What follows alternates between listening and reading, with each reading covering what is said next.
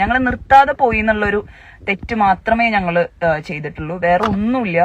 ഏറ്റവും വലിയ ഉദ്ദേശം എന്ന് പറഞ്ഞാൽ ട്രോൾസിന്റെ ഉദ്ദേശം ആൾക്കാരെ കളിയാക്കുക എന്നുള്ളതാണ്. അടിച്ചമർത്തലാണ് ഇവിടെ സംഭവിക്കുന്നത്. നമ്മൾ ഈ മയക്കുമരുന്ന്, കഞ്ചാവ്, അതിലൂടെയൊക്കെ പൈസ ഉണ്ടാക്കണത് ഇല്ലീഗലാണെന്ന് പറയണു. അപ്പൊ ഈ ട്രോൾസിലൂടെ പൈസ ഉണ്ടാക്കണത് ഇല്ലീഗൽ അല്ലേ? പിന്നെ അതുപോലെ കമന്റ്സ്, അതും ഇല്ലീഗൽ അല്ലേ? അപ്പൊ എനിക്ക് പറയാനുള്ളത് പിണറായി വിജയൻ സാറിനോടാണ്. സാർ ദയവ് ചെയ്ത് ഒന്നാമത് ട്രോൾസ് ബാൻ ചെയ്യാനുള്ള ഒരു നടപടി സാർ വിചാരിച്ചാൽ നടക്കും.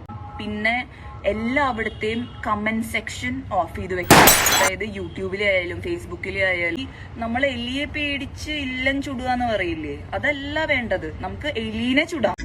പിണറായി കേൾക്കുന്നില്ല. പിണറായി